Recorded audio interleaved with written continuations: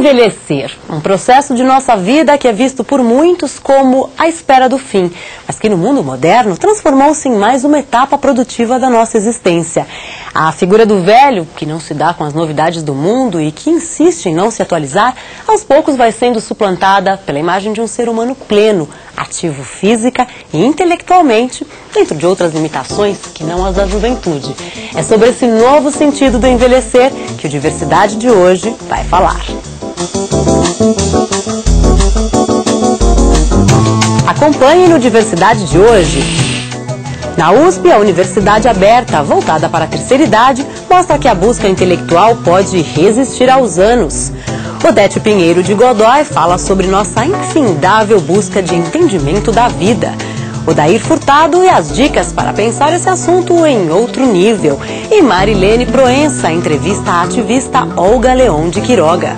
Esse é um assunto que a maioria das pessoas demora a pensar, talvez esperando pelo inexorável. O que você acha? Quando começamos a envelhecer? Não é bem tranquila a pergunta. Nossa, já acho desde que nasce. A partir daí você tem o processo de crescimento e as coisas vão mudando no seu corpo. Eu acredito que a partir do momento que você nasce, você começa a envelhecer. Quando a mente envelhece, né? Acho que não tem uma idade certa. A gente envelhece a hora que a gente para de querer produzir. Quando você deixa de ser criança. O físico às vezes fala pra você que você tá envelhecendo. Te dá um toque assim, ó, passou o tempo. O corpo envelhece, é lógico, é uma máquina, né? Mas você estando bem de cabeça, acho que ajuda o corpo a não envelhecer tão rápido. Você não tem mais prazer em fazer nada, não tem vontade de viver. Aí acabou, né? Você começa a envelhecer mesmo. Eu só vou envelhecer quando eu amadurecer demais e parar de aprender e tal. Eu acho que eu não tô velha ainda. Você acha que tem algum momento na vida em que a gente pode parar de aprender? De forma nenhuma. Eu acho que parar de aprender é morrer. A gente está sempre experienciando coisas novas e com as novas experiências a gente vai aprendendo. Você está aqui para aprender até o último minuto. O mundo anda e se desenvolve, então você precisa se desenvolver junto. O envelhecimento eu acho que é físico, mas intelectualmente você tem que ter sempre atualizado. Parar de aprender não tem a ver com uma questão da faixa etária, e sim com uma disponibilidade interna sua. Você pode aprender para sempre, até enquanto você estiver vivo você está aprendendo. A partir daí a gente envelhece a hora que a gente para de querer produzir, envelhecer.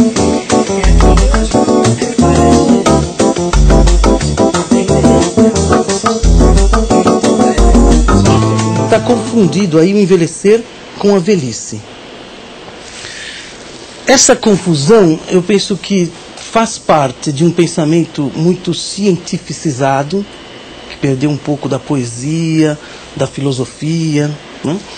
E do período da industrialização. É da nossa época, da época da tecnologia, que começa a negar a idade do velho, como um tempo de vida em que, em verdade, tudo ficou, acho que durante esse período da industrialização, tudo ganhou um aspecto de etapas de desenvolvimento, ou de cronologia, né? E tudo parece que perdemos aquela coisa mais antropológica dos rituais, das convivências comunitárias. E aí o velho, nesse processo da industrialização, se tornou aquele que é o improdutivo, que se aposenta e está fora do processo de produção. E aí passa a ser excluído da nossa vida social. E acaba ganhando uma conotação de ruim. Acho que houve uma coisificação do velho no nosso tempo, no tempo da industrialização. E ele ganhou essa conotação de ruim, de negativo, de não produtivo, de que a vida acabou. Bem, paramos de pensar em tempos da vida. A gente já não pensa mais a infância, a juventude, a fase adulta. Tempo, né? Eu prefiro chamar de tempo. O tempo do adulto, o tempo do velho. Claro que isso muda de cultura para cultura e muda de tempo histórico, de contexto histórico para contexto histórico. Mas, como eu não consigo viver o tempo, né, a temporalidade, entender a formação humana como temporalidades, Então eu não consigo entender quais são as características daquele tempo. O que é ser velho? Como é pensar como velho?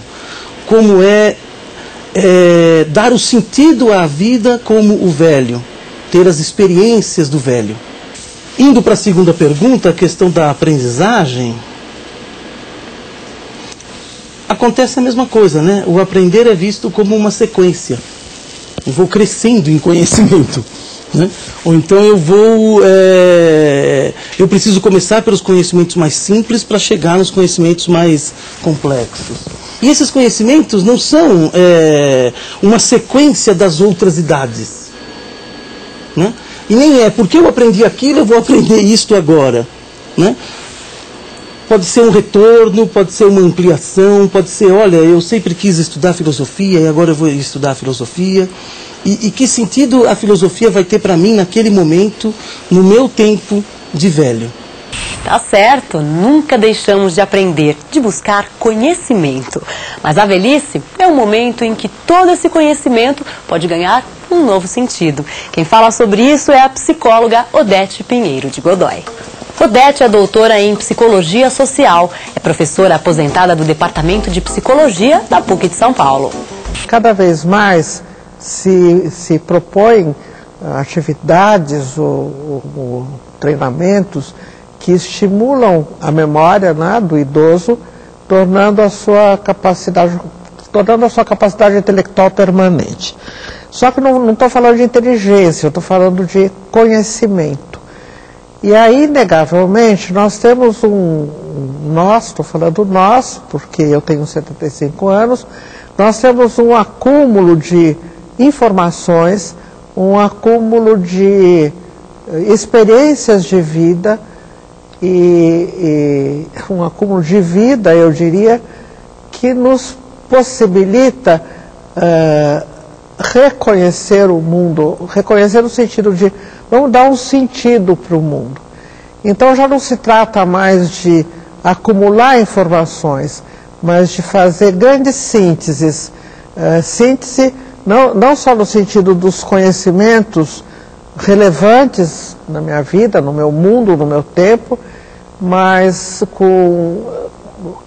síntese com as emoções vividas por mim, síntese com as minhas diferentes momentos da minha vida, metas, tudo isso é ressignificado, te dando essa coisa que cada vez se estuda mais, sem se chegar a muita conclusão, que seria o que é essa sabedoria do idoso.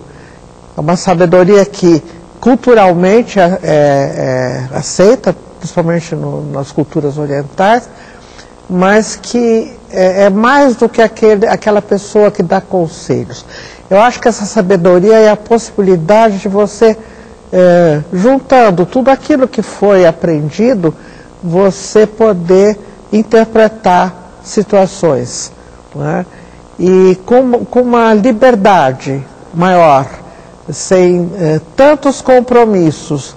Então você já tem critérios para selecionar aqueles conhecimentos que foram adquiridos e dar a eles esse sentido novo e viver a vida como ela está se apresentando. Pensando aí nesse assunto, eu pensei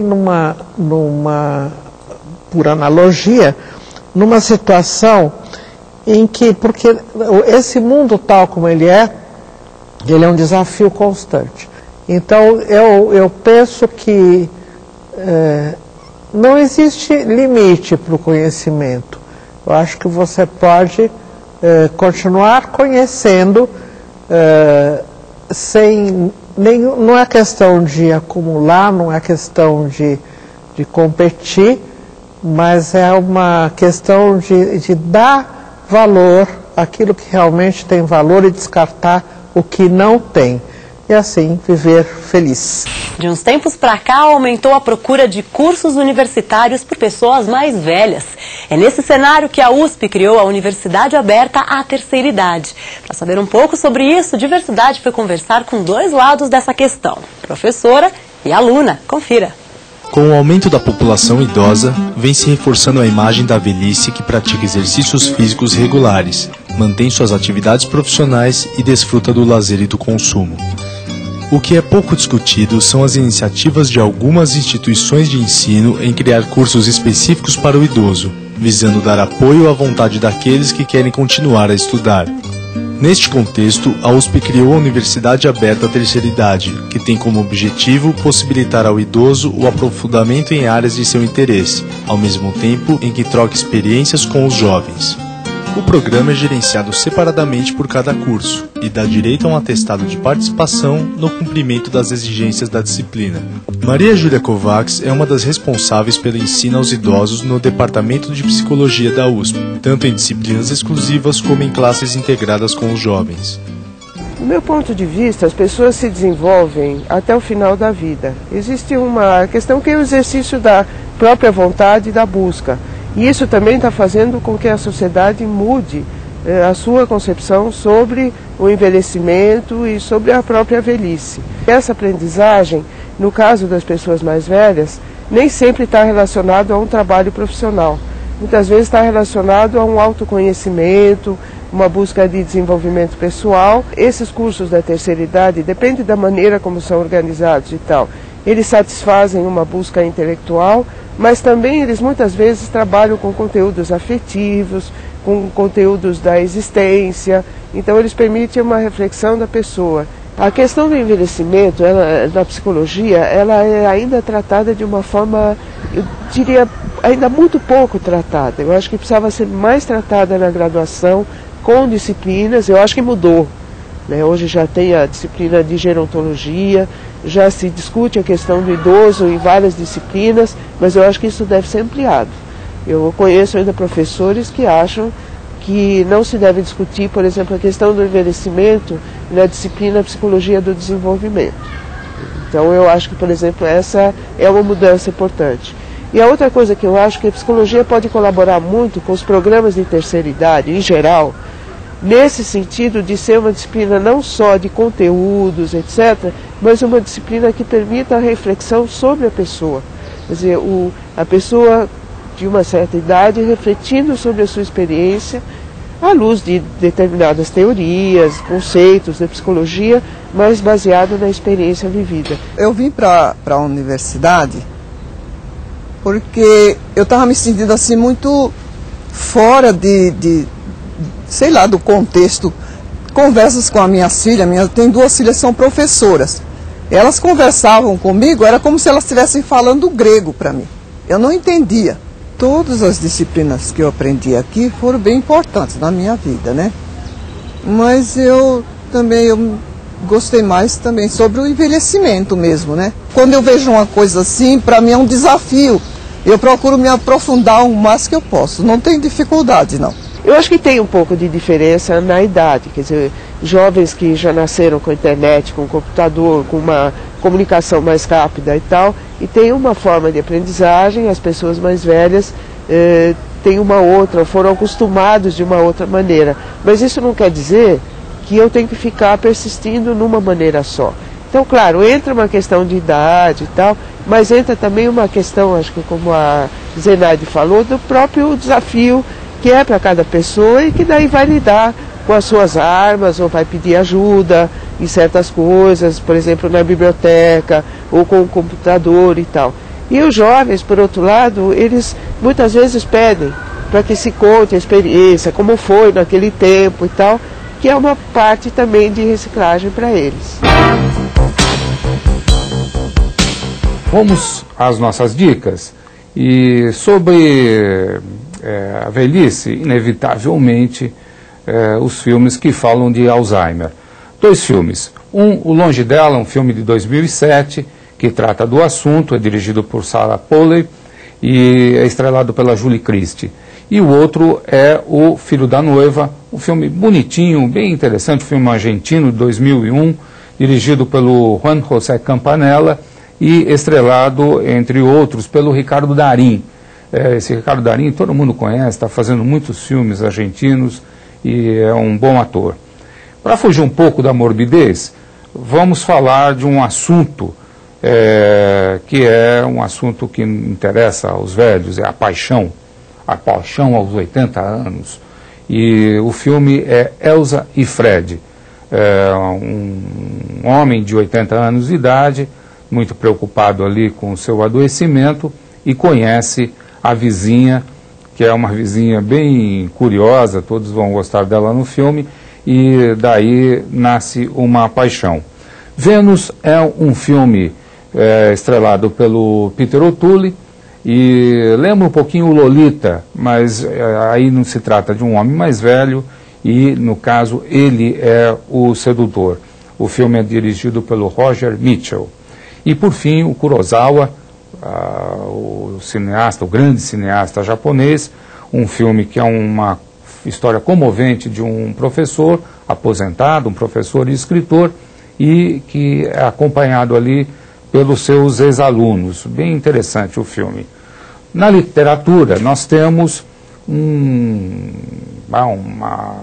uma oferta bastante grande, mas vale mencionar Gabriel Garcia Marques, o Gabriel Garcia Marques, de 100 anos de solidão, que escreve 2 livros que merecem ser lidos.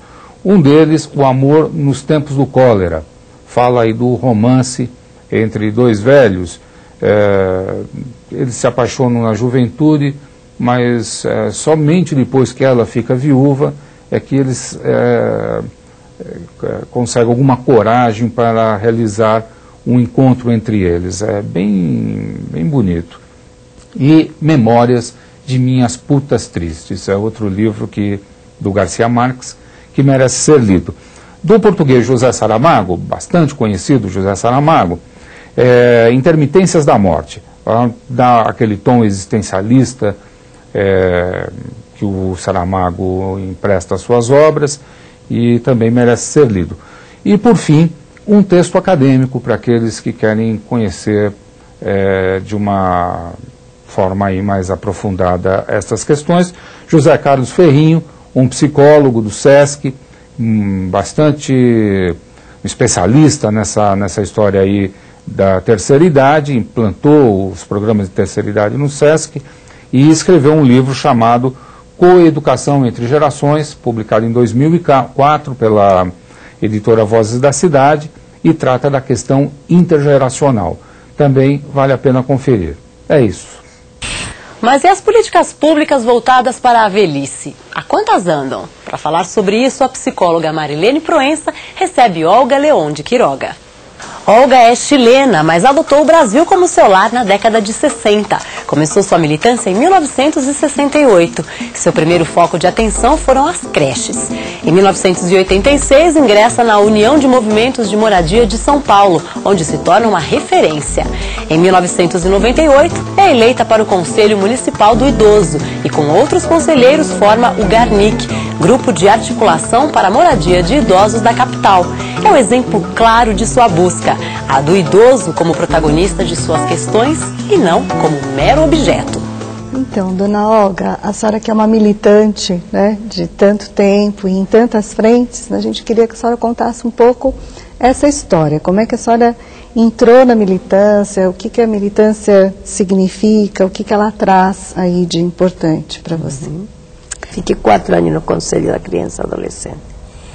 E aí, o que acontecia? Embaixo, no primeiro andar, lá na Rua do Mercúrio, avenida, estavam os conselhos. Então, na parte de embaixo estava o do idoso, na parte de cima, da criança e adolescente.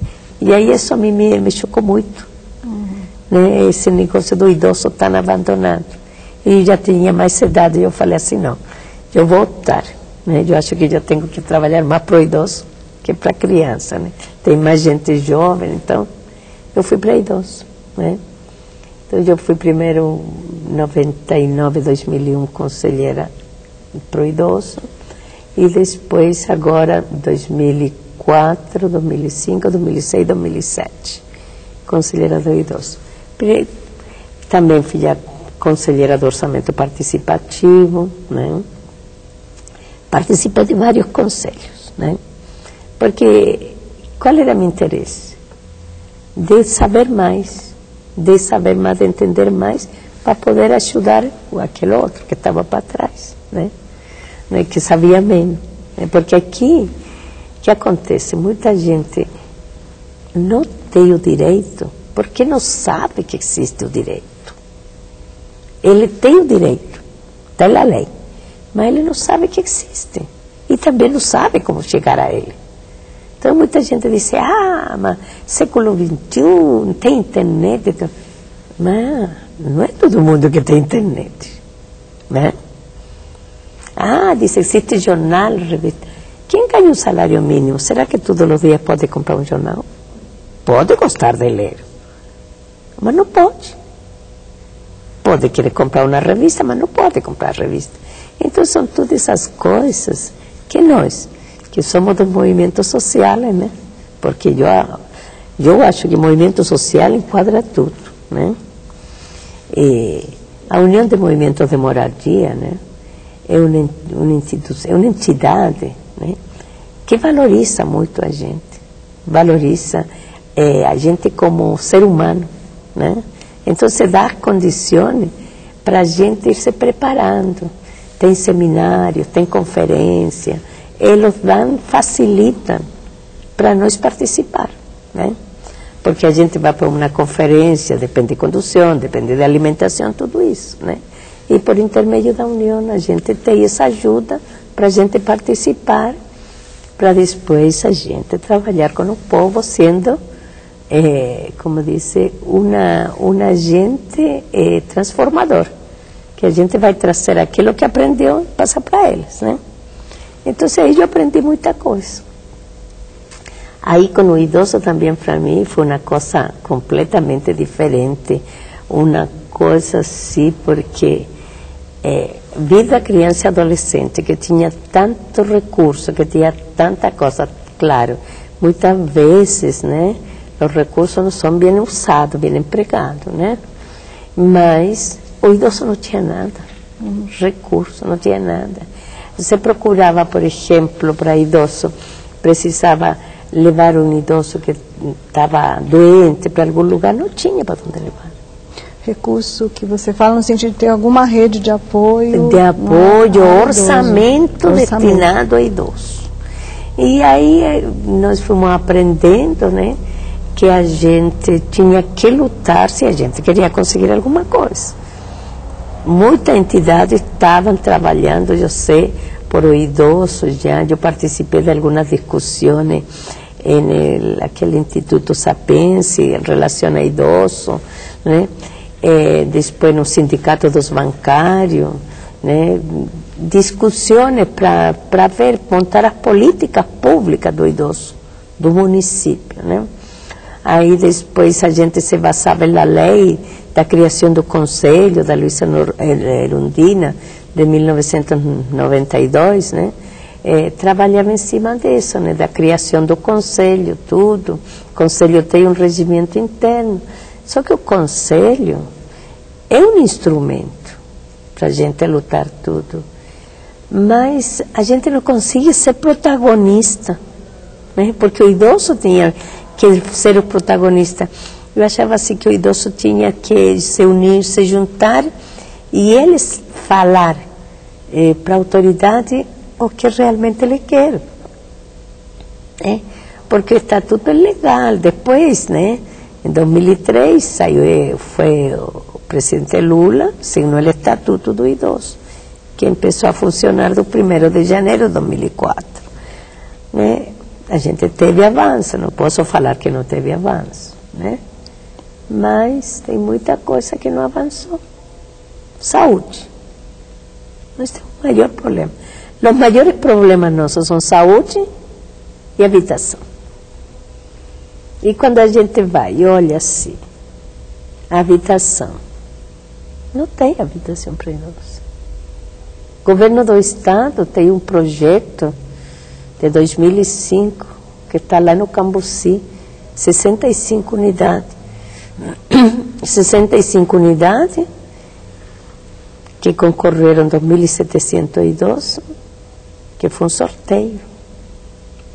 E aí eu pergunto, habitação para idoso é sorte ou é direito? que isso que a senhora está colocando, né, de que, na verdade, quando a gente fala da questão do idoso, não é uma questão isolada, ela está dentro de todo um contexto social, não é? A questão da habitação, a questão da saúde, a questão da própria condição de vida, né, de atendimento desse idoso. E nesse sentido, o que a senhora considera que o Estatuto do Idoso tenha trazido de contribuição? Quer dizer, o que ele pôde realmente garantir para o idoso e o que ainda a gente vai precisar garantir através da luta social? Bom, o idoso, como já falei, o Estatuto foi um avanço muito grande para o idoso. Como quem disse, ganhou a loteria. Só que para a gente poder usar aquele ganho, a gente tem que saber trabalhar com o Estatuto, né? Primeiro, a gente tem que conhecer o Estatuto. Porque se a gente não conhece, a gente vai se deparar com situações assim na realidade, né? No cotidiano, que não, a vezes vão contra o Estatuto, né? E às vezes não é aquilo realmente. Por exemplo, casos, eu quando falo assim, coloquei os problemas que eu enxergo, as coisas que eu vejo cotidiano, né? Muitas pessoas dizem assim, não, tem que se fazer de tal modo que tem que ser todas as gerações, intergeracional, criança, adolescente, jovem, adulto, tudo junto trabalhando com idosos. Aí quando a gente diz o Estatuto tem que ir para o currículo escolar, essa mulher é louca. Então como nós vamos avançar na educação?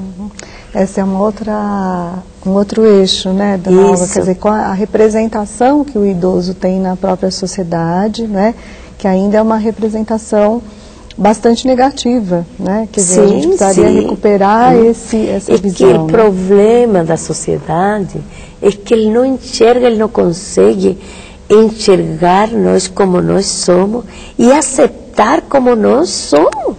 Diversidade fica por aqui. Espero você em nossa próxima edição. Até lá!